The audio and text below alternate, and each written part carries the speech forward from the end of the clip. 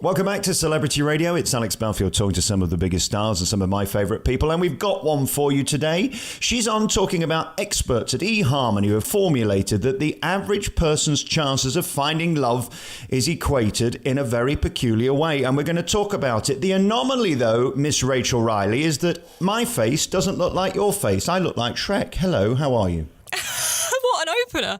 What am I supposed to say to that? Well, the thing is, you see, it is relative, though, isn't it? You see, you are a delicious type of person. I, on the other hand, well, I'm deeply unattractive, let's face it. Well, I'm going to start by disagreeing.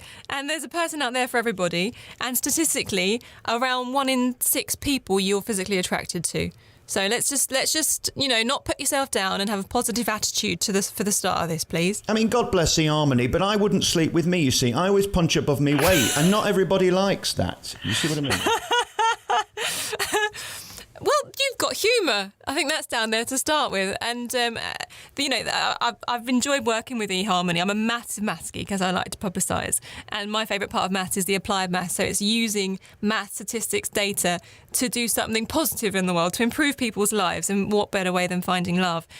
So their research has found that there's 1 in 562 chance of finding love. That's out of everyone in the population. For every 562 people, there's one out there for you. Let's talk about finding love today. It seems to me, when you've got a face like mine, all you do is go on one of these mucky apps and put a picture of your private parts and hope for the best. You don't get your face involved. I'm not sure what apps you're going on, but I don't think we're talking about the same thing. But it is a strange world. Joking aside now, to try and find love, it does seem, especially for young people, that the body pics have become the way in, and then the personality and the humour in the face. Like you say, there's lots of different ways to find love, especially online. There's lots of different apps out there, and some of them are kind of now seen more of the hookup apps rather than the long-term compatibility, true love kind of match, which is what we're talking about today. But I mean, love, it's not a new thing. People have done it for generations, and there's eHarmony are using millions of people's previous data of who they've matched with, who they've not matched with, to find love for people in the future. So things that you think might be important, like they must be 5'7", they must be blonde, they must weigh 6 stone. Well, they probably aren't. And using other people's mistakes or successes in the past, they can do all that work for you and just present you with people who are likely to be a personality match, you are likely to be attracted to, you are likely to get on with. And then, yes, you probably change your pessimistic attitude. Just wondering, would a gorgeous intellectual like yourself ever be tempted by someone who's, got 1 GCSE and sort of limps to the left? There's no chance you'd ever date me, really, is there, Rachel? Come on, be honest. I mean, on paper, I don't think you ever know who you're going to be attracted to. I mean, I'm spoken for, so I couldn't possibly accept a date with you. But my other half, he's a Russian ballroom dancer. So when we were growing up, we didn't speak the same language. He didn't go to uni. He's been dancing his whole life, but we get on. Our personalities match, and we love being with each other.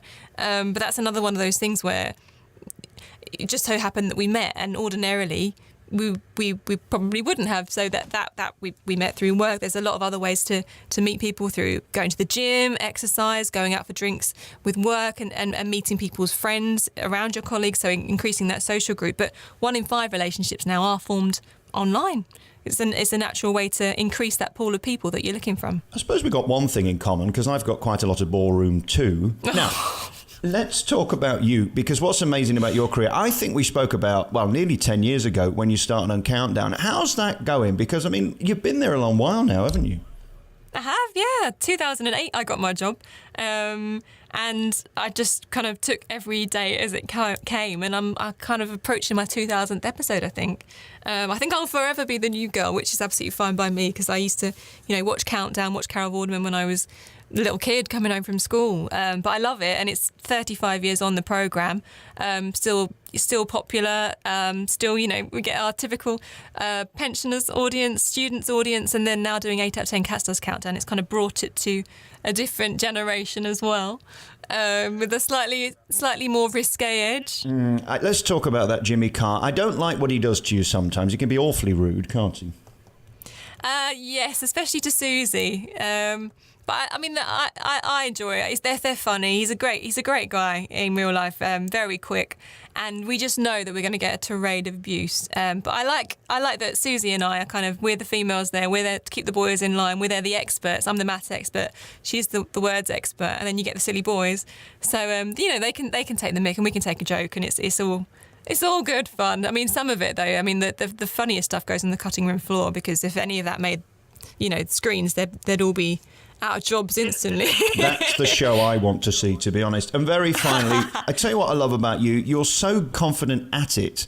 You've not sort of got involved in all this women pay stuff. I mean, what is your view on it? My view is if you're good, you'll get work, and you deserve to be paid whatever everybody else is being paid. I presume that's your opinion too. Yeah, absolutely. I mean, I think we've come a long way with women's rights, but there's still a long way to go. And I think whatever's happening at the BBC reflects generally what's happening in the population. It's just that when it's published, you can see it in black and white. And when people are doing exactly the same jobs, that's where you can clearly see the pay difference. I mean, there's a lot of people there, they're doing different jobs. They've got different profiles, and obviously pay will vary naturally. But when there's a man and a woman and they're doing exactly the same thing, then there's no reason why they shouldn't get paid the same amount.